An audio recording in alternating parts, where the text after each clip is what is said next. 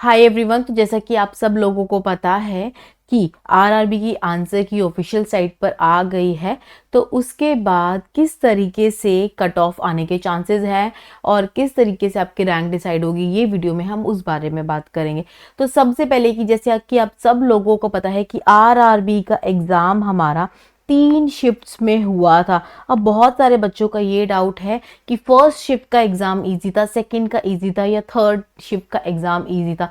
तो let me tell you very clearly कि तीनों शिफ्ट का एग्ज़ाम एक स्टैंडर्डाइज बेस क्राइटेरिया पे बनाया जाता है, जिसमें कि ये डिसाइड कर पाना मुश्किल है कि कौन सा एग्ज़ाम ईजी था और कौन सा एग्ज़ाम डिफ़िकल्ट था। बट फिर भी इंडिविजुअल डिफरेंसेस की वजह से बहुत सारे बच्चों को अगर एग्ज़ाम कोई शिफ्ट का इजी लगता है या डिफिकल्ट लगता है, तो उसके लिए एक क्राइटेरिया है जो कि सिर्फ आरआरबी में नहीं, हर एग्जाम जहाँ पे अलग अलग शिफ्ट्स में एग्जाम होता है वहाँ पे अपनाया जाता है। That is normalization. तो अब इस नॉर्मलाइजेशन के अंदर होता क्या है, सपोज कीजिए ये 3 शिफ्ट का एग्जाम है, shift A, shift B and shift C. इस एग्जाम में जो टॉप रैंकर है, सपोज करिए उसके मार्क्स आए हैं 70, जो इसका टॉप रैंकर है उसके मार्क्स आए हैं 60, और जो शिफ्ट सी का टॉप रैंकर है उसके मार्क्स आए हैं टोटल 54। तो अब जो नॉर्मलाइजेशन क्राइटेरिया होगा वो इस तरीके से डिसाइड होगा कि इन तीनों मार्क्स को, जो टॉप रैंकर्स के मार्क्स है, उनको सेम लेवल पे रख कर देन अलग अलग शिफ्ट से अलग अलग रैंक डिसाइड की जाएगी। तो आपको इस चीज़ से बिल्कुल भी घबराने की ज़रूरत नहीं है कि अगर शिफ्ट ए का एग्ज़ाम ईजी था तो सारे सिलेक्शन उसी शिफ्ट से होंगे, क्योंकि ऐसा नहीं होता है। We have this criteria of normalization, जिसमें तीनों शिफ्ट को नॉर्मलाइज करा जाएगा और जो रैंक होगी वो इक्वली डिस्ट्रीब्यूटेड होगी तीनों शिफ्ट के बच्चों में। तो ये बात होगी नॉर्मलाइजेशन क्राइटेरिया की, जो कि फॉर श्योर एप्लीकेबल होगा। अब बात करते हैं कट ऑफ की कि कट ऑफ कितना एस्टिमेटेड है जाने के। देखो, अब हम कोई अंतर्यामी नहीं है, एस्ट्रोलॉजर नहीं है जो कि एग्जैक्ट रैंक हम डिसाइड कर पाएंगे। तो एक जस्ट आइडिया हमने लगाया है। आइडिया कैसे लगाया है, आरआरबी का प्रीवियस एग्जाम का पैटर्न देखा है, जैसे कि हमने जो डेट एनालाइज की है, मेक तक रिजल्ट आ जाएगा, और हमने सेम आंसर की डेट भी बताई थी, उसी डेट पे आंसर की आ गया, पैटर्न डी कोड करके। तो इसी तरीके से होपफुली जिस पैटर्न से हमने रिजल्ट की डेट एनालाइज की है और की डेट एनालाइज किया, उसी पैटर्न से हमने कट ऑफ की भी डेट एनालाइज की है। तो according to this analysis, general category की जो कट ऑफ है वो 65 प्लस जाने के चांसेस है। दैट मीन्स अगर 65 to 70 मार्क्स आपके आ रहे हैं and you belong to general category, that means आपके सिलेक्शन होने के चांसेस हैं। अगर बात करें ओबीसी कैटेगरी की, तो अगर आपके मार्क्स 62 या 62 के नियर बाय है, दैट मीन्स सिलेक्शन होने के चांसेस हैं। ईडब्ल्यूएस कैटेगरी और ओबीसी में ज्यादा डिफरेंस होता नहीं है। 62 अगर ओबीसी है तो 62 63 ही ईडब्ल्यूएस कैटेगरी का भी आपका रेंज जाएगी।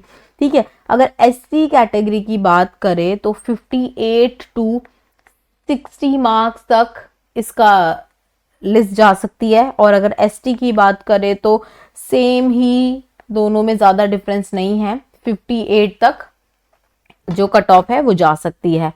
तो ये कट ऑफ है according to the previous year का एनालिसिस। जनरल 65 to 70 तक जा सकती है cut off. OBC and EWS में ज्यादा डिफरेंस नहीं आएगा, 62 ओबीसी के लिए, 62 to 63 ईडब्ल्यूएस के लिए, एससी कैटेगरी के लिए 58 to 60 और एसटी के लिए 58।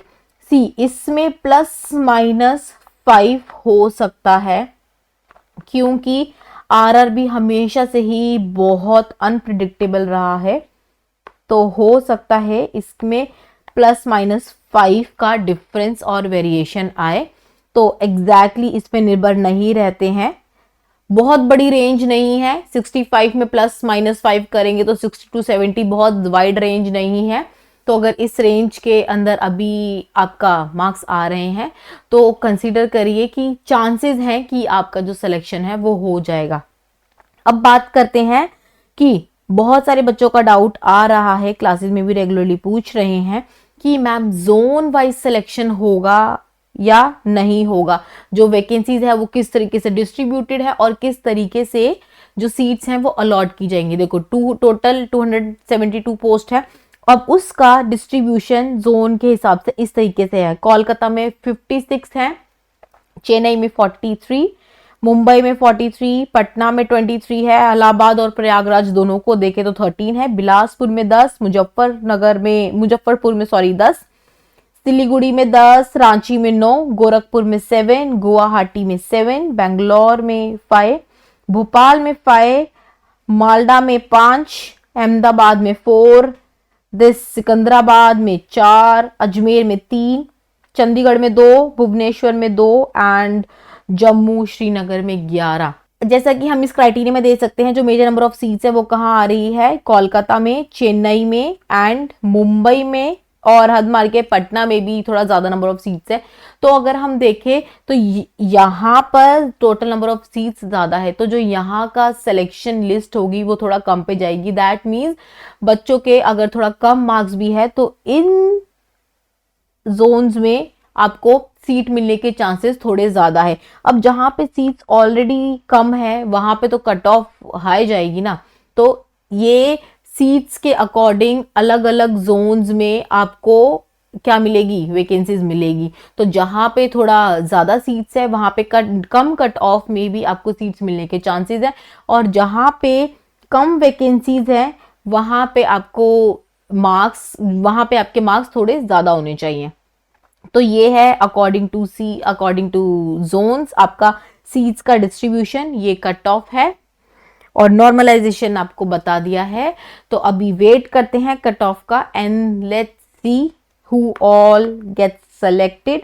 टिल देन अपने स्कोर कमेंट सेक्शन में बता दीजिए सो दैट हमको पता चले कि आप लोग कितने मार्जिन से सेलेक्ट हो रहे हैं या नहीं हो रहे हैं, और we can help you guys. तो मिलते हैं नेक्स्ट वीडियो में with some more information. Thank you for watching.